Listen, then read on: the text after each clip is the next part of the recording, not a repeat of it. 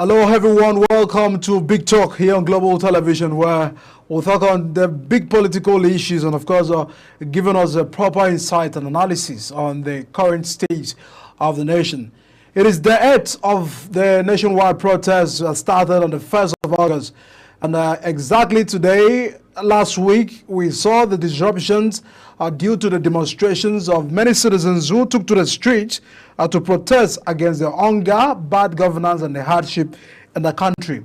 But NLC have recently given a reaction to all of this going on in the country in the light of the concern about the ongoing nationwide protests. They are calling for the reversal of the ill-conceived policies that have led to the current economic crisis in the country.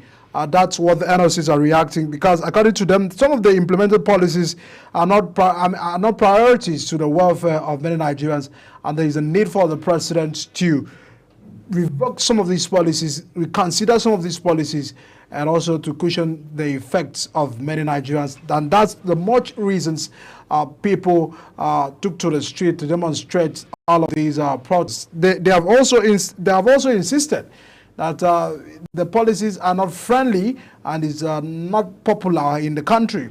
So in a midst where people are having to decry their concern, a good government ought to respond and quickly heed to their demands. But it is already the 8th of the protest, 2 days to go, the 10 days protest, which some youth and some quarters in this country are still holding on to it. We've seen the fact that there's a persistency in some states, especially in the north, which has taken into another dimension, which will be critically looking at the impact of some of these protests in the north, because it's worrisome, understanding the fact that it was a peaceful protest, but it looks that some quarters of the country, we've seen the looting, the vandalism of some government and private properties and all of this concern.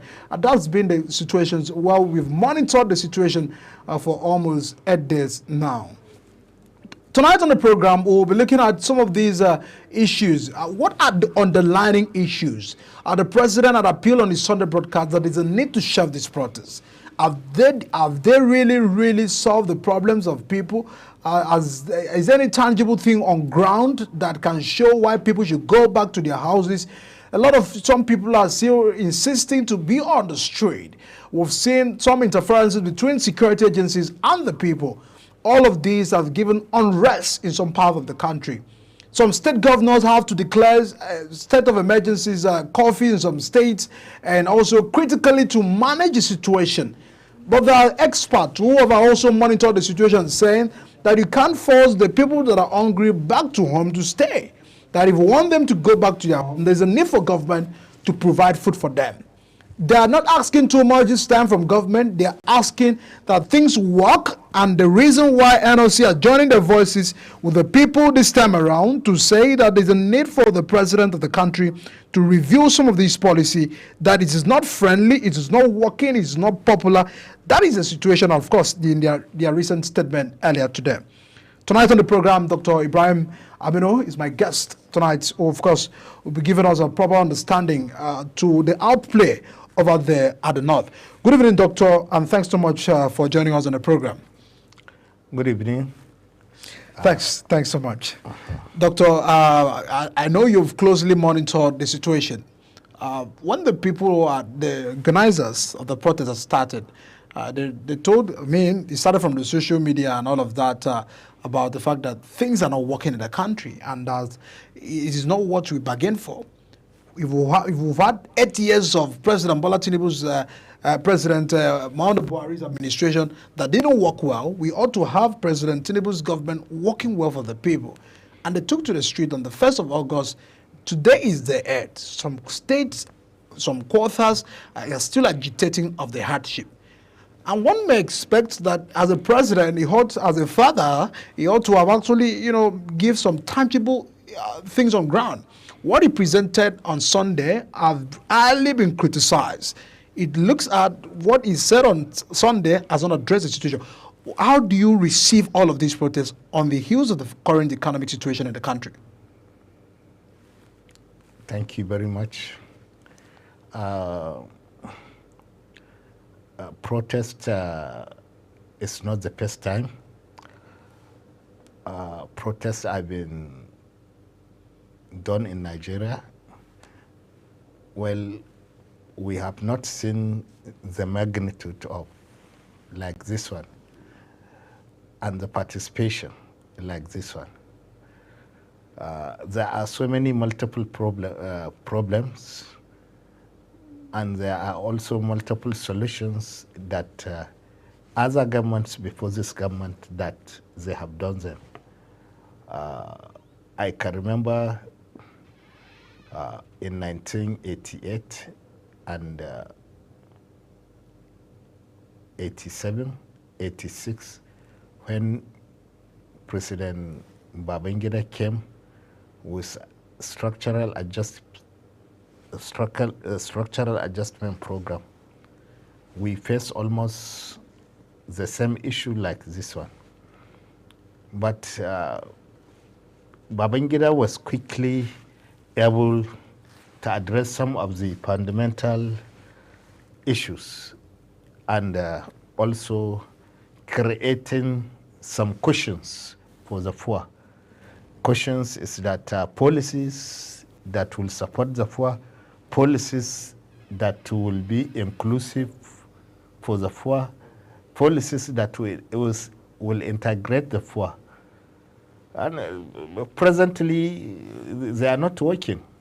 And virtually my fear for Nigeria is that everybody from this protest understand that we are living in a time bomb, and at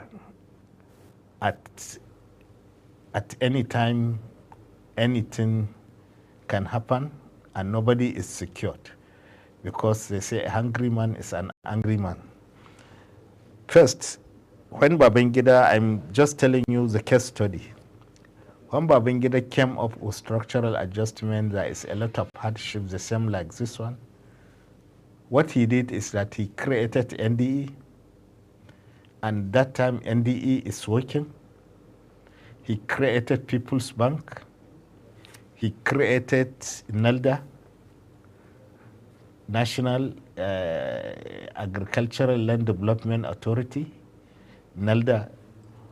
So I wonder that with the present elites more in the government, that programs cannot come with programs, and they cannot finance the programs.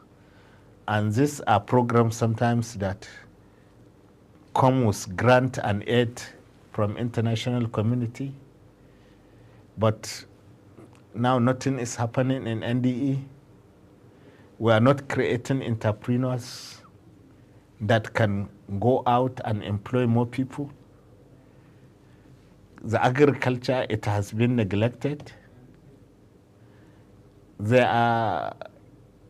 are things that will make the youth develop.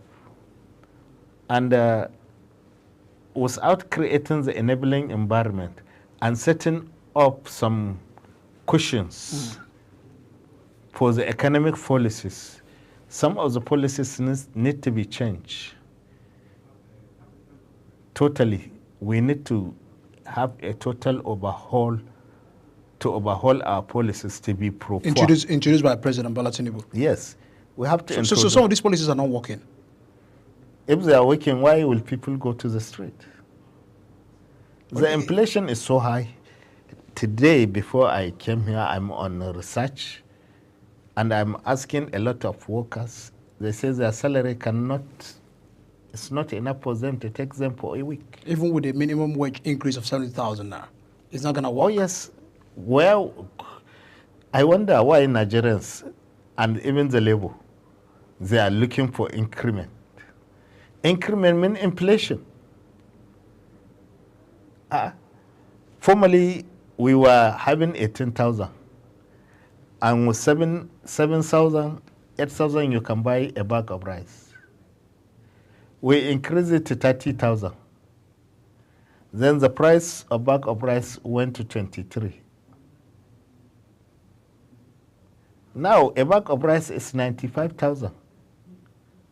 before the increment. Well, that one of Nigeria rice is 75,000. So even if they increase the price as at now, I am sure by the end of this month or by next month, you can see how the inflation will be. The only 75,000 will only buy you one bag of rice. Well, here in Abuja, it's been sold at 85. Only in Kano, where they produce it, they are selling 75. But when they transport it here to Abuja, it's 85,000 naira. So how do you, even if you pay the worker 75,000, where is his transport? Everything, nothing the government is doing for us. Water, we are buying. We are doing borehole.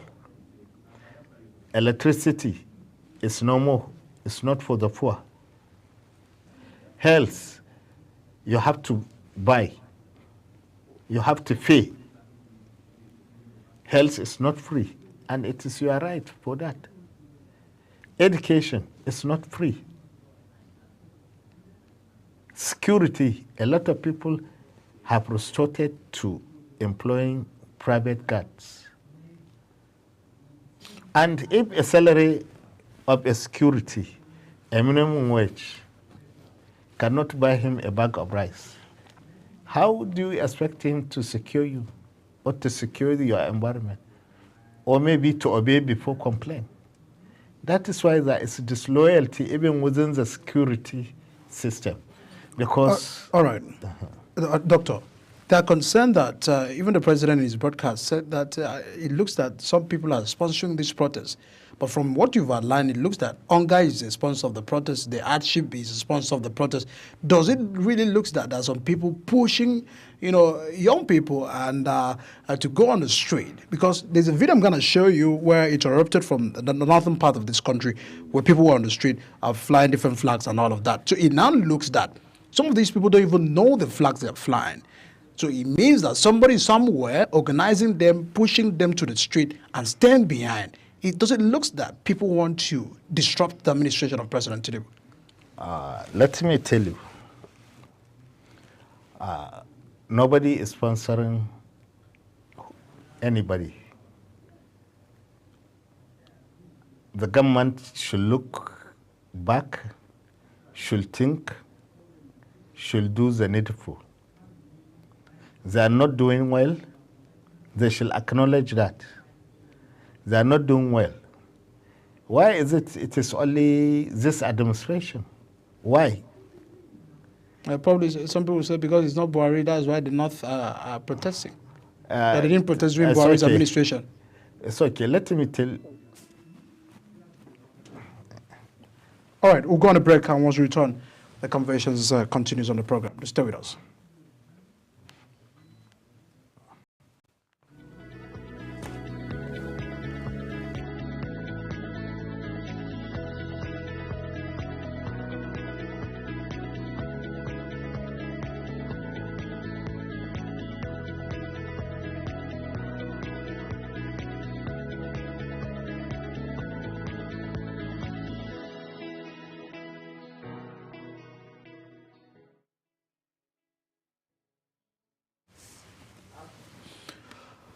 Many thanks for still stay with us on Big Talk. And of course, I'm still having Dr. Aminu giving us an insight on the ongoing nationwide protest, which already counts 8 days, remaining 2 days to go.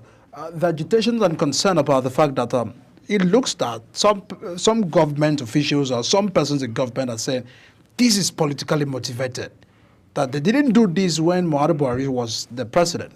They probably didn't do this when Let's Yaradua was the president. We had protests when Jonathan was the president in 2012. We now have another protest in Tinubu's administration of 2024. Why is it always now that we have the Southern president? Does it look that there's a situation back in this protest? It looks laughable. And for those people who are saying that, so many protests were done during Buhari. So many people have attempted to even secede from Nigeria. And we have seen how the Yoruba were trying to succeed. We have seen how the South is trying to succeed. We have seen how NSAS also did what they did. But it was not heavy in the north, the NSAS. Yeah. It had attention in Lagos. Let me tell you, even the present hardship,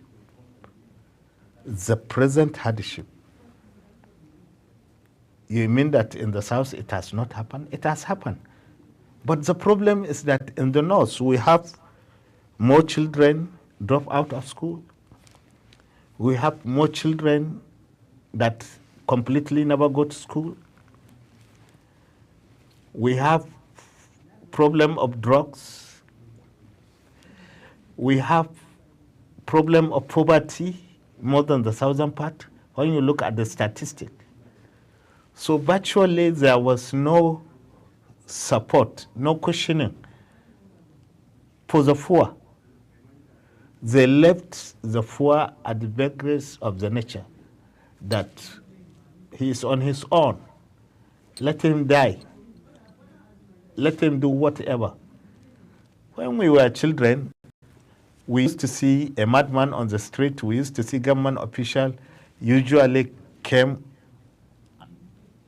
and just pack all the mad people and took them to asylum. So what up now? You see madmen everywhere. Go to hospital. I know that when there was a government, I'm not saying there was no government. I mean, when the government is working at that time, you went to the hospital and you came with a lot of drugs and they gave you. And you will be taken care of. That time there is public health. All of us, people like us, we went to public school. We went on scholarship. Why is it now it is a difference? And that is why in the North there is a lot of population and there is a lot of poverty. And where poverty is, there must be heat. Like me, I came from Katsina State. How many companies do in the whole of Katsina? There is no one company that is doing production. Only one sauna that is producing water, bottled water. No production is taking place, and it's a population all